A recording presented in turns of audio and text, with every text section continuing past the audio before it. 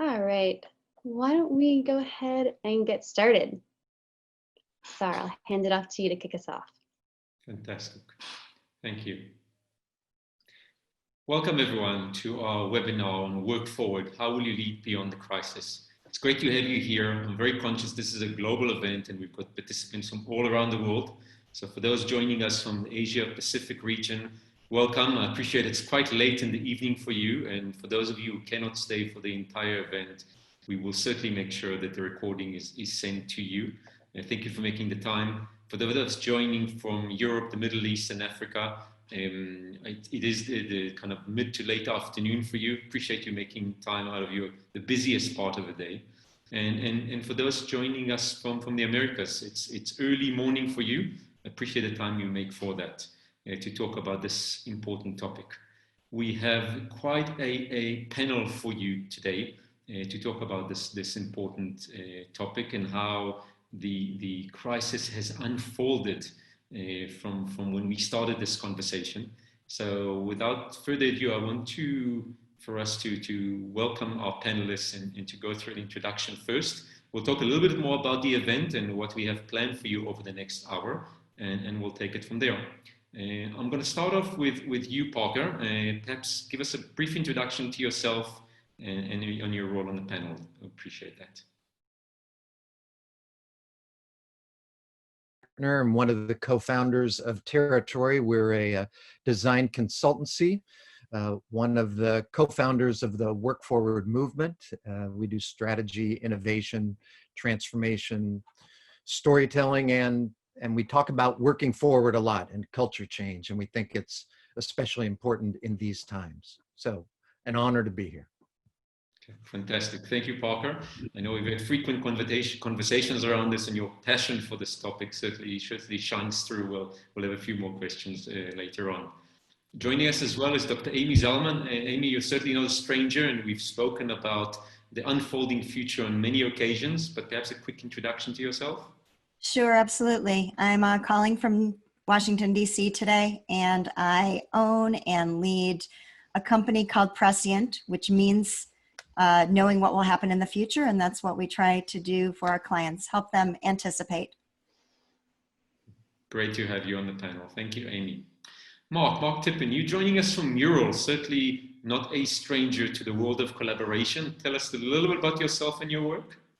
Sure, yeah, my name's Mark Tippin. I'm the head of learning experience at Mural. We'll see a little bit of Mural later. It's just a shared collaborative workspace, and certainly this has become kind of an urgent need for people as they're pivoting and finding new ways. So happy to be here. Thanks for including me. Great to have you, Mark. Appreciate it. Matt, you're joining us on the West Coast, so pretty early in the day for you. Talk to us a little bit about your experience in this area. Well, good day, everybody. As Sar said, I'm Matt Moraski. I'm partners with Mr. Parker Lee in Territory. I'm the head of client services and co-author of The Art of Opportunity. What my role typically is to go out and we execute change and strategy innovation programs with our clients around the world. We use a lot of these remote tools and we partner with a lot of the people you see on this screen. And today I'll be helping us walk through an initial exercise to get everybody up to speed. Fantastic. Certainly looking forward to that one. A few words about myself. Sar Benatar. I've been involved in management innovation probably for the better part of 20 years now. And certainly when I think about the Work Forward movement and how the future is unfolding and its impact on the world of work, certainly an area that excites me. And when I think about the implications for how organizations will be built, will be structured and will operate going forward. Some nice challenges for us to talk through. It's great to have everyone on the panel. I'm really looking forward for us to launch in. But perhaps before we get into the questions, a couple of words about what this event is really about. The discussion around Work Forward certainly did not start today. And in fact, this movement is a number of years old now. It started from conversations being driven by trends and events that we've seen in the environment for quite a number of years. So certainly not something that we're a stranger to and not a recent phenomenon.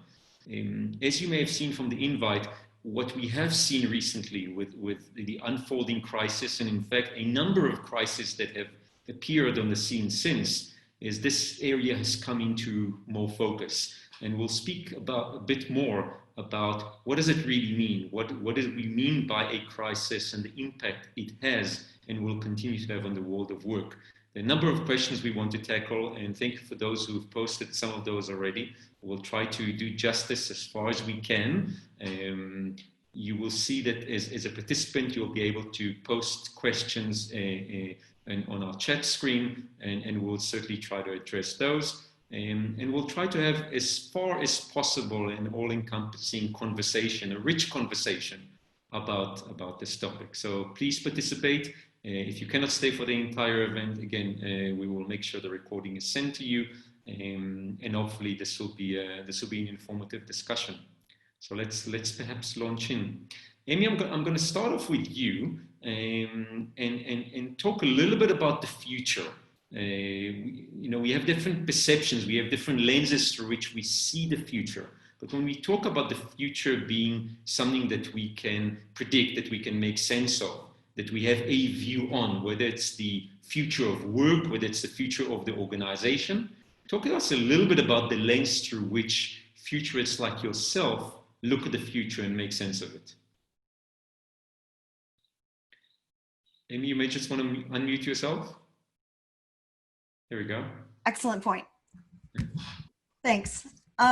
It's funny. I am not totally persuaded that everyone thinks they can predict the future anymore. The last few months have been, really overturned people's ideas all over the world that there is some kind of certainty or predictability in the future, or it has drawn to their attention the fact that they kind of implicitly did without ever thinking about it much.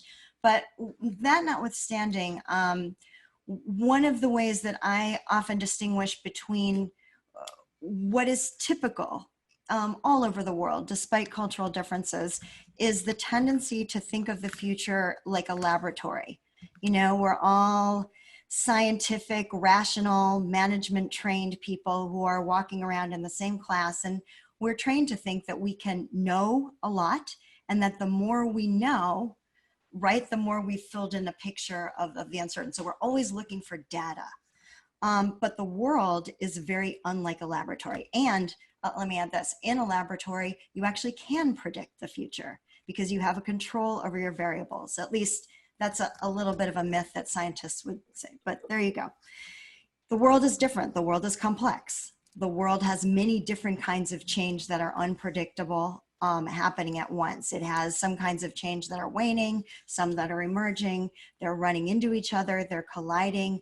They're causing second order effects and third order effects. And so for that reason, most futurists will say you can't predict the future and get pretty huffy if you ask them for fun where their crystal ball is or what have you. Okay. One aspect that you've already alluded to in seeing that we're not in a laboratory is the speed at which change takes place. And one of the things that we've spoken about on many occasions is the fact that because the world of work has been evolving at various speeds and driven by different factors way before the current crisis has taken place, we have to consider the speed at which changes takes place. So maybe talk to us a little bit about how do we make sense of trends, of events that have taken place before the current crisis that are now material in the way that the world of work is taking shape, and why is speed important in that? Well, there are multiple ways of getting at this. One is the prior idea that everything is exponential. I mean, that's also have become a kind of a commonplace, also kind of in a certain class of thinking. Everything's fast. We know, because we have actually worked together and sort of unpacked this, that some things are happening quickly and some things are happening slowly. And what becomes really interesting when you are trying to influence the future and understand how to behave in it is to start to feel a kind of a rhythm around the different paces of change that are occurring. There is a very lovely analogy that's been made by some folks at an organization that I'm sure our colleagues will know, the Long Now Foundation, I can't claim credit for it, that is called pace layering, and it comes from architecture. And what it says is that buildings and built environments degrade at different paces. So you might have to buy a new chair every 2 years, but you actually could wait for the brick walls of your building or the stucco walls or the wood walls to change over, rather slowly. And understanding those different paces helps you understand things like where to innovate, where to make sure that you have operations that actually don't change quickly, and so forth. You want to take that over to the world of work? Let me stop there. That's the thesis. No, that's great. So if we had to apply to the world of work, why is it then important for us to think long term, to think beyond the immediate crisis, to think what happened before and may have driven it? Why is that long term, more deeper thinking why is that important? And let's apply to the world of work and see how it fits in. Yeah, absolutely. So one thing to think about the world of work that is deep and the most unpredictable and important thing probably has to do with people and the ways in which their social lives are changing. We have these incredible changes, but they're slow moving, happening in the demographies of every country of the world that's phone call in different ways. We have these incredible changes in how people are choosing to partner, in what's available to them, in the distribution of wealth, right? These very big things, they're sort of slow moving. They're not something that happens overnight. And they have been slowly making their way into the world of work. And there are a lot of pushes and pulls. So one night, everything overturns, and at least in the United States, but I think I'm not alone, we're not alone. Parents looked around and went, oh my God, I can't work in my home with my kids, and the system is not working, because there were two-parent homes, because there was no two-parent working homes, and so forth. So the long-term view helps you see, to put an end to this, a long-term view helps you begin to anticipate what might happen if the changes you are seeing now, moving slowly, begin to bear fruit and unfurl and unfold, because then you're more prepared for a moment like this when there's a shock to the system or a sudden rupture. One thing that you have raised as you were outlining this, and I'm very conscious that there's a richness of the layers beneath this that's driving change, is the intersection of data, what we have data for, what we know for sure and what we know with relative certainty, and the whole world of imagination, what we don't know, but we can imagine, we can envision, we can play out, and particularly over the longer period of time. And I know in our work together, often we have to bring both of those in.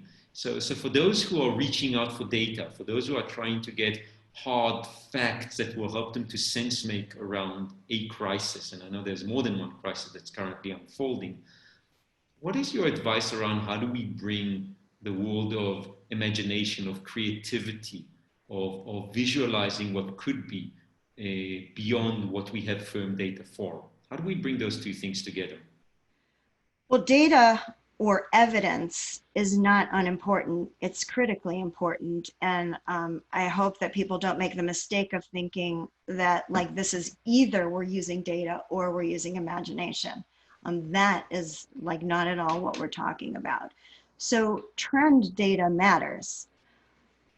Understanding over the long term, there are things that we'll stop short of prediction, but there are long-term changes that are clearly visible. What we're talking about today, the slow rise of advancing technologies and digital technologies in our lives and our work lives, they're clearly visible. It would take a great deal to turn them around.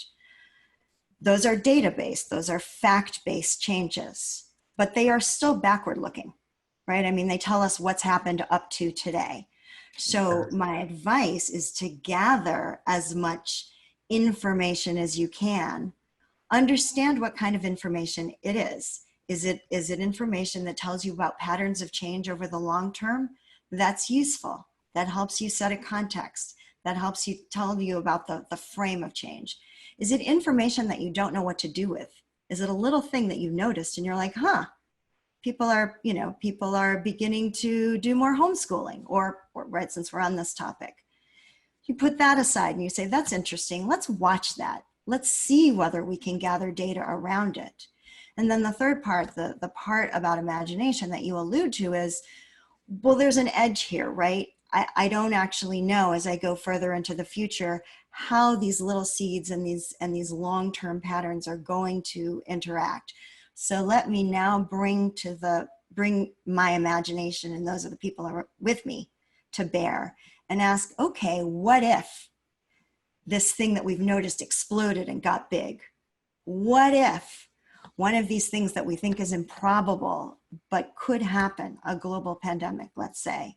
What would we do in those circumstances? How would that change what we're looking at? So those three things are in play all the time, hopefully, when you are thinking about the future. Fantastic.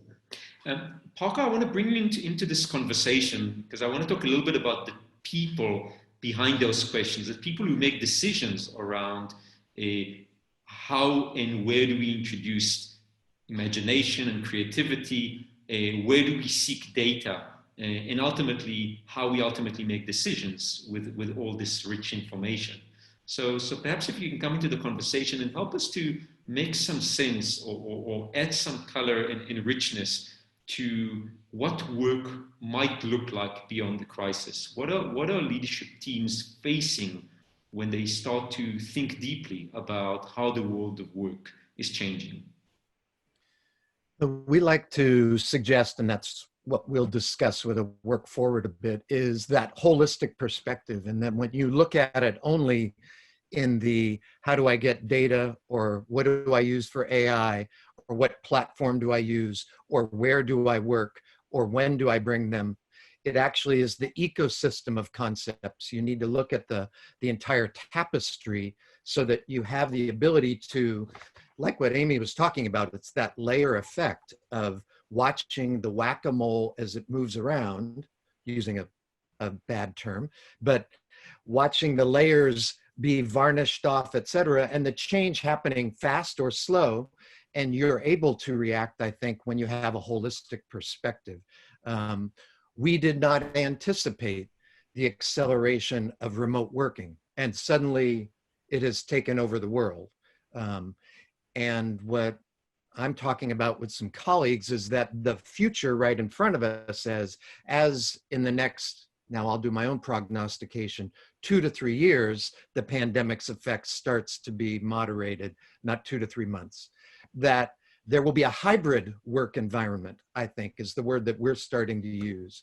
And what does that look like? How do we engage? How do we collaborate? What tools do we need to do it? And so that perspective is one that needs to build a system for being agile and nimble and responsive.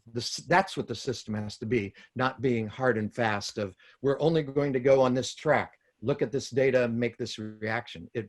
You'll be broken. It won't get there. Yes, certainly. One of the areas you allude to is, in particular, I find is the changing role of a leader. So in this environment where we're trying to make the system itself more agile, more responsive, the leader, him or herself, may find themselves in an unfamiliar territory where they don't have all the answers, where they cannot pull up a rabbit out of a hat, where they can't say, we're going north or south. Talk to us a little bit about how are leaders finding or are learning to respond differently as they're building this agile and responsive environment. What have you seen? It's interesting. We're in a project right now that is talking about how do you enable leaders to empower those people below them to actually have the trust and the imagination to make the decision, and that's the kind of leadership versus authoritative or hierarchical or silo that will succeed in the future. And it's, whether it's the imagination worker, the imagination leader, I think it's building the capacity for creativity and exploring new ideas and empowering others to do that and have the authority to do it is what will survive in a holistic organization of some kind, whether it's a small team like what we see on the screen or 30,000 employees or workers. They have to be empowered and networked so that they can hive mind, network, and respond to things. So that's a very different environment for leaders, and it's a hard thing to learn. You don't learn it in a book. No, certainly. If I had to ask you, work forward, how would you then describe it? How is it different than other theses or approaches that we've seen in trying to define the world of work? Well, thanks for that tee up. Why don't I tell you a little bit about that? We see that kind of what we were observing, every company and consultancy had their own point of view on how to make work better or address the future of work. And it's no surprise they would usually, like we're talking about, suggest, oh, my perspective is it's about a collaborative workspace, or it's about a WeWork environment that's flexible, or flexible time. That path to success was not singular unless somebody says, my solution's the right one. So a wider perspective sees it as a common, a shared way of looking at this complex subject of work forward, of work. So improving that business of work, we think, acknowledges that there's a unique context at the personal level, which you can see up in the upper left of the screen, at a team level and enterprise level. And work forward is recognizing that relationship that goes among all the activities. And the bottom left of the screen is what we said, the who and the what and the when and the why and the where and the how of work itself. So with that kind of holistic perspective, the work forward movement shares and tries to explore and experiment with how do we as leaders, as employees, identify what are the tools and the practices that are going to help us to evolve our work in this new way that we have right now. The assumption is that when you get a broader work forward ecosystem view, workers and companies will be able to see themselves in this world and use it as a path to consider a new strategy, what we're talking about. How do you get there?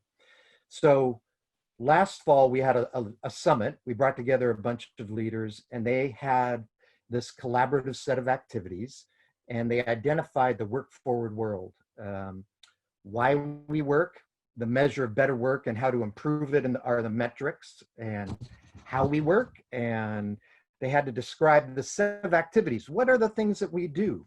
You can kind of see those over on the bottom right of the screen. And what are the ways that we can work forward that are going to accelerate the outcomes? How do we make it better?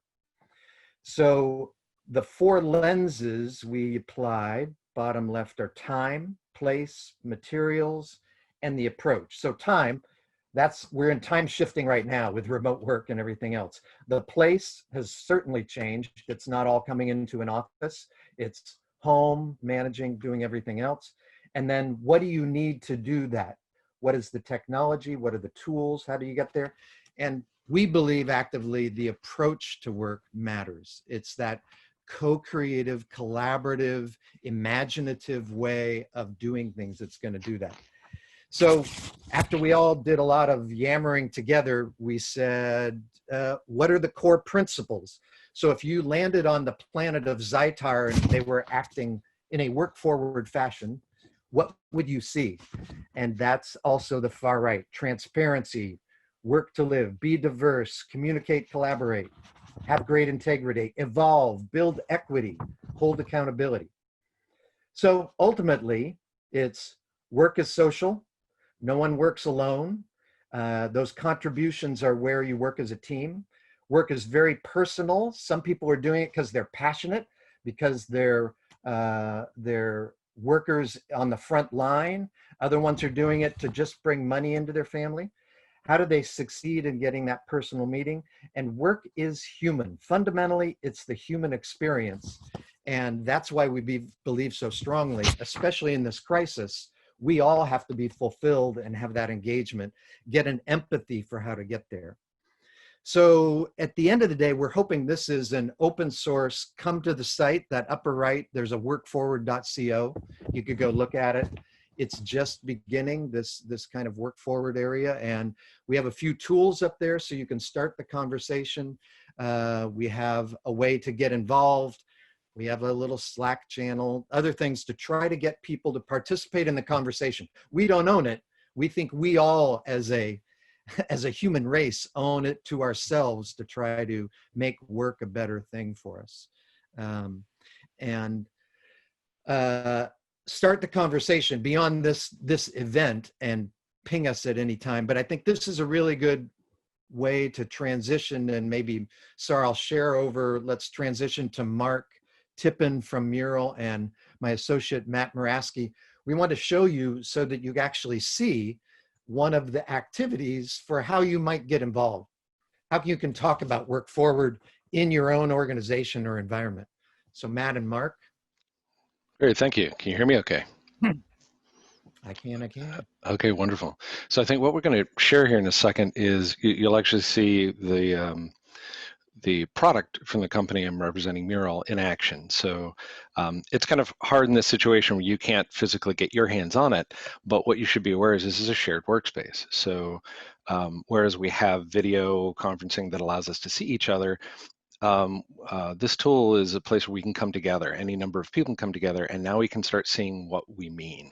You know, you can share with me a visual or a way to express or your ideas, and they become, things come out of your head where you can renegotiate them and you put them out into a space where we can actually have a dialogue. This is just one example of how you can kind of create a game, to play. We understand the rules. Over at the side, we give a brief. And so this is something that we make available to you. And the tool itself is something you can start using to work with your teams geographically dispersed to start having digital artifacts of these things. Whereas you used to enjoy the whiteboards and the artifacts you'd create in person, this is trying to give you access to that same experience. I'll let Matt talk a little bit about the structure here. Yeah, so when we think about Work Forward, right, and from a leadership perspective, not only are we making sense of it, but we're also trying to make sense of it for our teams, and we're trying to forge together. And at the end of the day, that leader needs to take the ambiguity and make it practical, right? And that's what we've looked at with Work Forward, is saying, okay, well, how do we really get started with this? How do we actually start to develop some traction with our teams? And the challenge wheel that we've developed through the Work Forward team is really a great starting point for you as a leader. Now, you can conduct this exercise either individually as a leader on your own. You can work on it with your team, or you could even do it on an enterprise level. But the whole idea is to take a look at the fundamental activities of work. What are the things we actually have to do? Not necessarily the tools at this point, but this is really more about that how. How do we address what we're doing?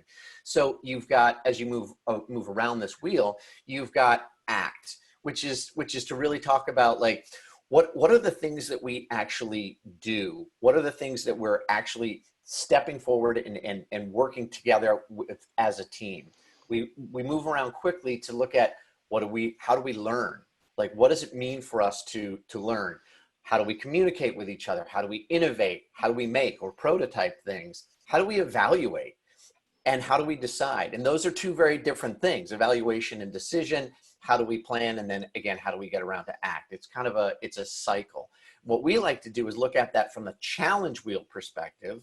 You can look at each of these and go through it with your team. Mark is populating it already, just asking some very basic questions around these. So for instance, if we're talking about learn, like, what stands in the way of us learning information, of gathering information together? What are the challenges that we're facing? And if you're doing this with your team and you're suddenly in a remote environment, the answers you're going to get are probably going to be different. And that allows us to surface those issues that we're sharing, that we're having a shared experience around, to be able to then have a bit of a discussion. I want to be really clear here that as we're going through, from a facilitation standpoint, and because a lot of us, when we become leaders, are very alpha and solution oriented, this exercise is really about just opening the conversation. It's not about everyone gathering together and saying, oh, well, this is how we're going to solve that. It's really about us looking to say, what are the things that we are trying to solve for? And what are the challenges we have? So once we've surfaced them, and I'll shift to a I was going to Go ahead, pause Mark. for a second. Yeah, I was going to mention, because Amy made this brilliant point earlier. I love the way she talked about data, because I've always personally struggled with data oversteering or companies making decisions purely based on data, and data is all from the past, right? So this is an exercise around diversity and these new forms of teamwork, which are not hierarchical. It's not command and control. It's really sensing through the organization. And sometimes the people that are closest to your customers and have the clearest view on what their jobs to be done are and where their pain points are excluded from conversations because they're not part of a command and control structure. This allows you to actually do some of that deep sensing. And to Amy's point, maybe you don't know what to do with this yet, but it's getting onto your radar. It's now something that has come, and it's not come out of your head, it's come out of the collective heads of anyone you want to involve in the conversation. And sometimes from the least expected corners of your organization or from your customers, the biggest insights can come from a blind spot. Yeah. And to pile on that, in working with it in Mural, again, another aspect of work forward, and one of the big issues that we're seeing is that we are now able to work asynchronously, right? So instead of everybody being in an office and everybody gathering in a room that has a whiteboard at the same time, you can have your teams work globally on this at their time, at their leisure, to be able to contribute to these and go back and see it when you're ready. So it has this 24-hour cycle that it can work under. And that is a very new experience, and it allows a lot more people to collaborate. Now, Right. if you're wondering at this point and saying, I can't see the screen necessarily really well, I want to dig into this, we will provide the template and links and things like that to this exercise so that you can get into it. Mark, do you have anything you want to add before we move on? No, I was just going to say that asynchronous is, I think there are many things in this transition. We've all been disrupted, and it's ambiguous, right? Is it good? Is it bad? I don't know. Some of the things that are emerging we initially thought might be a problem, but part of this asynchronous work also allows you to not do the monumental big workshop, right? We flew everyone in together and we've got to make the most out of this time, and we got to make sure we hit our outcomes in this protracted little 8-hour window. This allows you to almost leverage people where they are and get the benefit of almost a 24-hour virtuous cycle, and find and involve new colleagues and new participants and new thought leaders into conversations that would have been excluded. Right? This is not a convenient time when we're talking right now to a lot of people on the planet. So how can they participate? How can we benefit from their diversity? Yeah.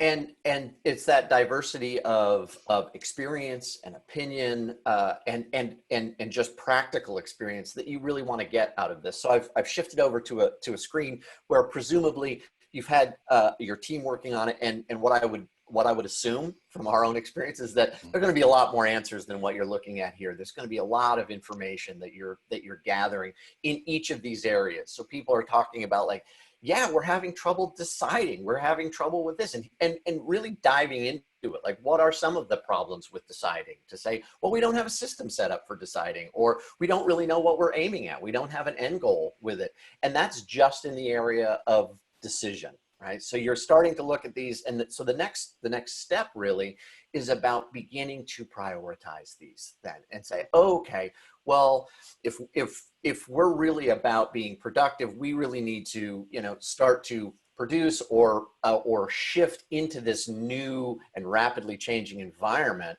What are the issues here that we need to solve first? What are the most important things for us to be addressing? And in our kind of our final bit of the example, and I'm going to zoom in here now for your pleasure. In the middle part of this circle, as we start to look at this, we're moving in and saying, all right, let's move our biggest issues, the things that we absolutely have to solve for, into the center. Let's get that closest to the heart of the challenge wheel. And then you can have a discussion, but you can start to make sense of it. And if we look at it as we move around, we see up in communication, we see things like, well, leaders are saying different things. I'm getting mixed messages, right? Or it's really hard to get together as a full team and understand it and gain alignment. Of course, when we look at innovation, we might say, we just don't know where we're going. There's no clear strategy because we have a poor guess or very little visibility into what the future is. And we have no idea of knowing what the right thing might be, for instance. Another big piece, right, around the doing portion of the making is we're not set up. It can be as easy as that. Somebody going, I think I know what I need to do, but I'm having a hard time transitioning to using Zoom or using any other remote scheduling tool or seeing what other people are doing. And that's often the bar that people are just trying to cross even now, even several months into this pandemic situation. A lot of organizations were just not set up to do this. We can move further through it as well into the North Star and in other areas, but we start to see some themes emerging. I'll get to those in a second because I think Mark's got some info to add. I was just going to say, just to recap, the thing I love about this is that in any business, you have strengths and weaknesses, just like individuals have strengths and weaknesses. And sometimes your weaknesses actually don't really have any effect on your outcomes, right? Just because you're not good at that particular thing, it may not be impacting your business. So the thing that I like about this wheel is it gets you present in a series of conversations you can have around the part that hasn't been disrupted yet. Work is still largely comprised of these types of activities, right? The planning, the acting, decision-making, prioritization. These are going to be true almost no matter, as long as we're a species on the planet. These types of things will make up work. This allows you to pull the things in and then start the sense making around, well, where should we be focused first? And that's what I appreciate about this is even sometimes you have a hard time putting your hands around the problem. Well, at least this frames it in a way where as long as we're talking about work, and that can be enterprise, that could be nonprofit, that could be a personal mission you have with a group of people just trying to get an outcome, these are still the activities. And sometimes we forget or we're biased towards the creative side, right? We're not at all thinking about the promotional side, right? And so this allows us to kind of get a holistic view and then say, well, this is actually where we need to focus. That's why I love this visual. Yeah, and just to reiterate Mark's point, it can be applied again to your personal life. It can be applied in all of these different ways at all different levels of work as well. And it's a great starting point.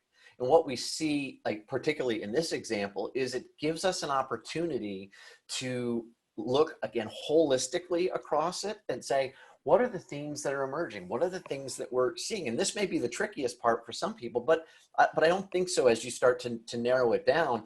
With this, we're seeing, well, okay, there's uncertainty about whether these are the right choices and is now the right time to be deciding, and there's no precedent or there's no North Star, and we're getting a different message from leaders. That starts to tell us we don't know what the future is, and the leaders might need to create some sort of point of view or at least acknowledge that they don't know, right? Like from a leadership standpoint, you need to be able to say, how do I need to respond to this? How do I need to act? And what are the things we can start building or creating in order to get this, like, right? So it goes back to, do we need more data? Do we need to go find that? Or can we make some assumptions and move on? And the other piece is, sitting right in front of our face, if we're paying attention to it, to say, we're not set up to work remotely. How do we do this? Where do we start, right? Is there a plan across the organization to implement this? Do people feel comfortable? Do they get it? And then try to say, okay, well, can we work on these two big issues then? How do we lead? How do we guide? How do we create messages that assuage concerns and empower people? And then how do we give them the tools to pursue that as well? And that moves you, that just provides so much more focus for then that next level of diving in and saying, okay, well, here's the next thing we're going to do in order to solve these problems. I want to be sensitive of time. I think this is a great conversation, but I want to make sure we get back to SAR to move us on. But yeah, thanks for letting us share that. Great, thanks, Mark. I mean, one of the comments that one of our participants has already kind of alluded to, and I wanted to pick up on is the whole area of creativity. So when we think in terms of work forward, and one of the first things that I often think about is, what is the lens through which you see the world? And I know in one of the previous slides, and maybe we can put it up quickly, we spoke about what if we had to look at the crisis as an opportunity. It's not always easy to think about, but what avenues does it start to open up? And how do I start to then apply creativity into this work? And maybe I'll share a bit of a personal story. As the crisis has hit, as a pandemic specifically has hit, I know, there's a number of crises that have hit us since.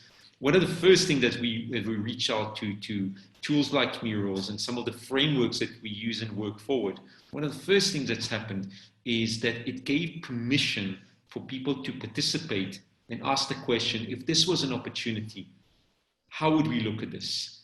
How would our answer be different if this was an opportunity, not a threat?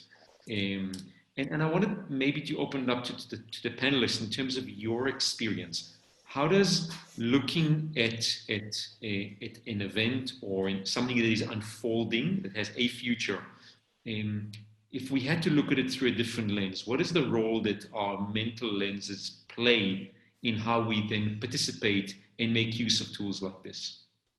Any thoughts? Sure, I'll bite. I think, well, sorry, people change, I believe, when they change their story. I mean, that is sort of the basis for all social change. It is the basis for personal change. And there's a great deal, since we've been talking about evidence, there's a great deal of evidence, not only from novelists and artists, but also from neuroscientists and cognitive scientists, that the story we think we're living in is the one we're living in. And so one of the ways that I see to use anything like this is to ask people to tell a story about what they see in parts of it or all of it, or to grab some of those sticky notes and not others and say, what's this story? Just to play with it. But that prompts you to then ask the question, okay, what else could we tell? What's another story? Is this a good one? Is this a story of threat, or is this a story of opportunity? How do we flip that? But I would start, in this case, I would start with that wheel. I would start with stories. What do we see? Who's on that stage? What are they doing? How are they getting from one side to the other? What's in their way? What's helping them weave their way through the virtual furniture, and so on? Yeah, I love that point. The thing that I got present to, Amy, as you were sharing that, is that it's kind of a new relationship between leadership and the individual contributors too. Leadership needs to grant permission, and one of the biggest things that change needs is time. We need time to actually process. We need time to test and iterate, right? That we've learned through agile methodologies and design thinking and these things. But it also needs new champions to step up and demonstrate leadership on an individual level. And that's something that culturally can be very new to a lot of people. But it's this shared relationship. You need to, at leadership, expressly create an environment and new conditions for even a conversation like this to happen. And you need to find people that will stand up and kind of be the crazy person to take that first step. And then that person needs to be very inclusive of anyone else that wants to join the conversation.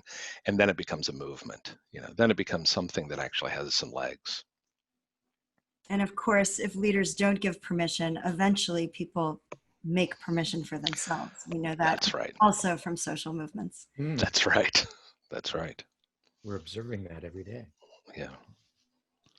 Yeah, I agree. I think the exciting part to me is a new laboratory, a new petri dish, that while I'm horrified by the pandemic, by the trying to deal with social justice, what is apparent in a global recession incoming, I also see them as wonderful opportunities to have a new playground to create better, greater, more engagement, more fun, more interesting, better stories, Amy. That's it. And storytelling, I think, is one of the greatest tools, and we have been doing it as creatures for tens of thousands of years. It's what we do best. And I think that is the best way to resonate with leaders and with employees and with family members and otherwise. It's storytelling. We really need to lean in on that for our future and solving in a crisis, which is an opportunity. Certainly. My own little bias today. Um, Parker, perhaps if I can build on that for a moment, one of the key elements of storytelling is the moment when the story pivots, when we're no longer describing the past, but there's a turn in the story, and that's what attracts us very often to stories, because we didn't anticipate that there's something new here. Our minds start to race forward and see, where will the story lead us to? What will happen to the hero or the heroine of the story? How will it all end up? As human beings, we very often connect to that. And with that in mind, one of the words that I just want to introduce to the discussion, if we spoke about creativity first, I want to talk about a related word, the word that I would call crazy. So one of the most enjoyable books I've enjoyed reading in as the pandemic has hit is Crazy is a Compliment. And in that book, it talks about the story of entrepreneurial businesses as they've discovered themselves, as the rest of the world says, this idea is crazy, this will never work, this couldn't be. And it struck me that in this unfolding crisis, a lot of new ideas may seem for us to be at first crazy. Perhaps to reward and recognize people who come up with very different creative ideas. In many respects, that is crazy, that is not normal. In many ways, not sticking to a budget that looked for us to be a good guidance in how we would perform and operate over the next year, suddenly that's out the window. That's no longer a crazy idea anymore. Not having offices, for example, for even large, significant organization. Hey, that was crazy a year ago. So if I had to kind of use that word for a moment, what are some of the crazy ideas that you've seen as you worked with these tools, as you worked within the thinking of Work Forward, that give you a sense that this is a permission for people to participate, to create something new, and not simply to synthesize all established ideas into a slightly tweaked version of those? Sar, while they're thinking about that, I just wanted to pivot this, because you gave us a nice opportunity to do that, right back to the beginning of this conversation, which is that crazy looks like intuition, but it is actually often anticipation. It is precisely somebody who's been looking deeply in those three ways that we talked about. What are the patterns of change? What are the sort of things that I see bubbling up that for which we don't have data? And how can I use imagination to sort of impress myself on the situation? I think that's the crazy you're talking about, and it makes a nice circle.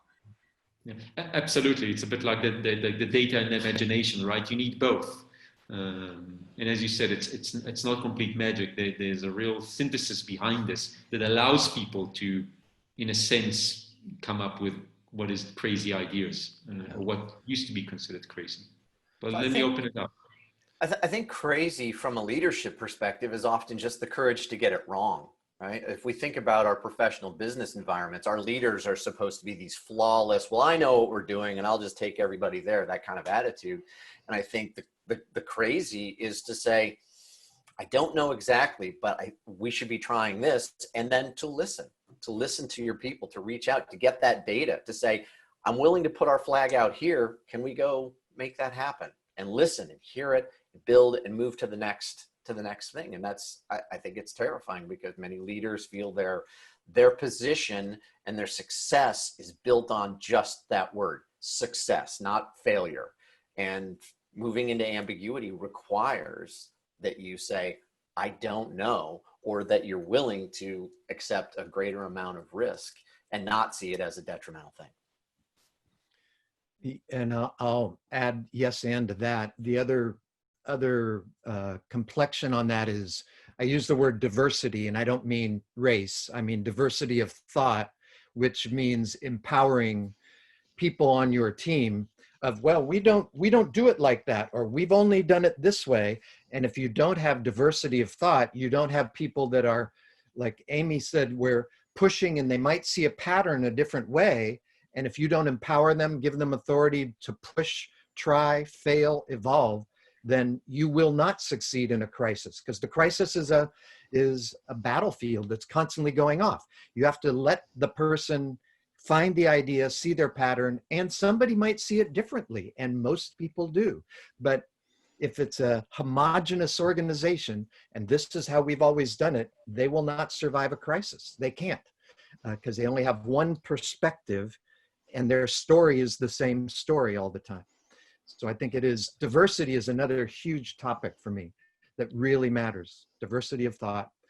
It's why we, in a lot of our engagements, we use the left brain, right brain idea, so kind of like what you were referencing, but the imagination part with the people that see things and keep them going. And the answer is you need both to succeed, but at different elements and different amounts for different situations. So creativity, diversity, evolving, those are the things that will get us around the corner. And Amy, I love pattern recognition. That is prescient, where you actually can see it. Well, I see something in the middle of everything here that I really appreciate, because in the moment, this is kind of how things work, and why this new style of working works is because through the sharing and the collaboration, and we're not in the same room, but we can come together in this space. There's a tension between an acceleration of time and imagination, and I think all of us have been in a career long enough to know that we had a great idea, it was just ahead of the market, right? How many times did Magic, was it General Magic, invented the smartphone years before anyone was ready, before the internet existed, right?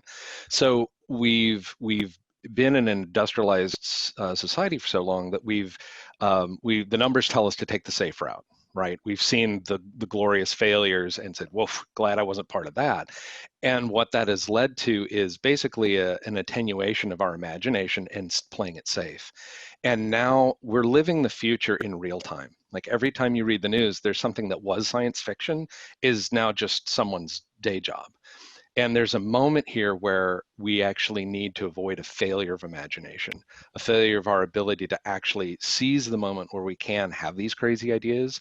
And there is more possibility now for those crazy ideas to actually land at a time when the market is ready to adopt them and support them, that probably has never existed before in the last 300 years.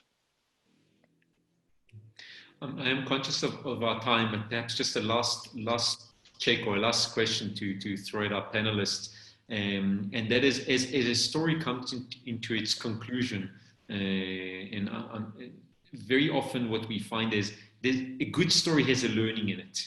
There's insight. There's something that got discovered that wasn't there or wasn't apparent at the beginning of the story, and that's why we love stories. It enriches us. It's beneficial to us. So if I had to ask you the question, and I'll open it up to all of the panelists, what are some of the learnings that you've observed as leaders, as organizations have embraced the work forward movement? Matt, perhaps you wanna go first. Sure, I'd be delighted to.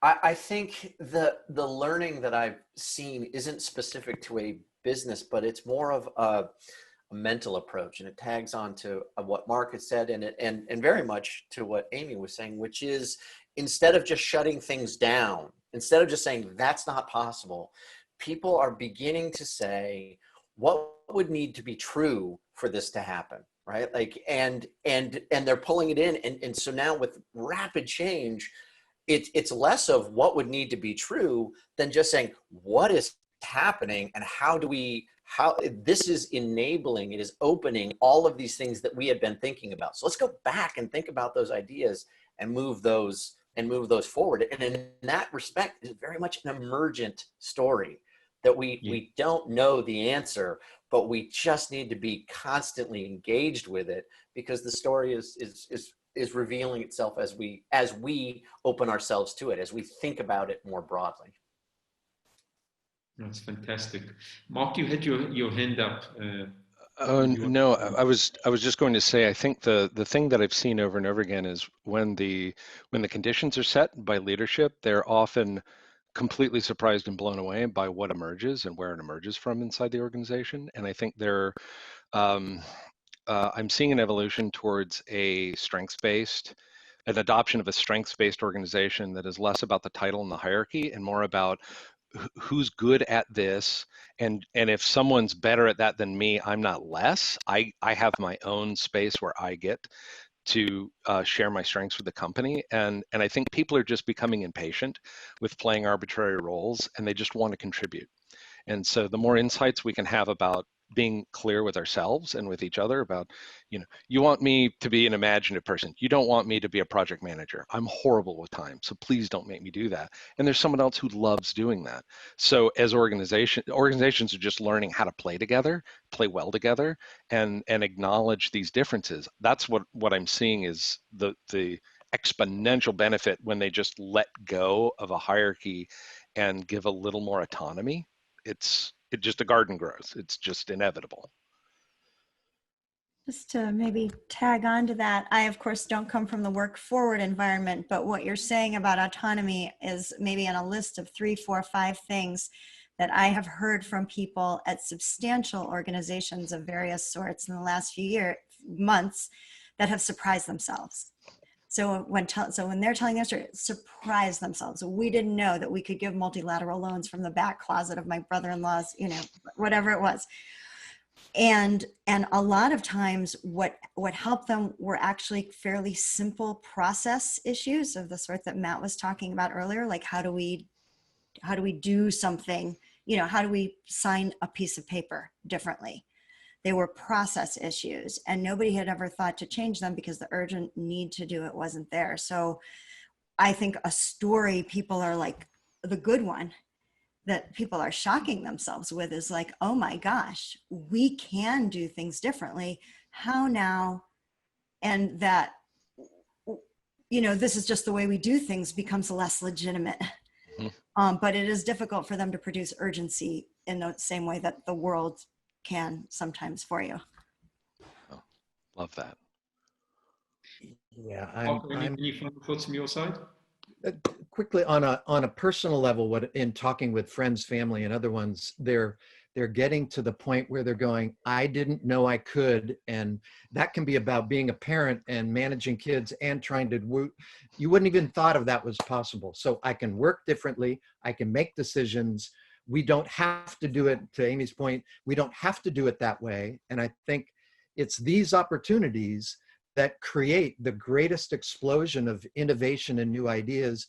And we as individuals and workers are getting that permission, whether we like it or not, right now. So it's a wonderful opportunity. I'm thrilled in this new day that we have, that while all the clouds are coming around, there is something great that is already blossoming everywhere and changing. And it's because we've realized, oh, we can do something differently. I have permission to do it. So let's do it together. That's great. I mean, I really want to thank everyone on our panel for such a rich conversation and giving us a glimpse both as to your respective work and our work together within this Work Forward movement. Really appreciate that. Thanks for all the good questions and for those listening, this is the beginning of a conversation. If you want to know more about our respective work, please ping us. If you want to participate in the Work Forward movement, and we'll make the details available. You can follow the link. You can ask further questions there. And in the interim, please stay safe and continue to reimagine, reinvent, and try new and crazy things in your respective environments. Thank you, everyone. Thank you. All right, thanks. All right.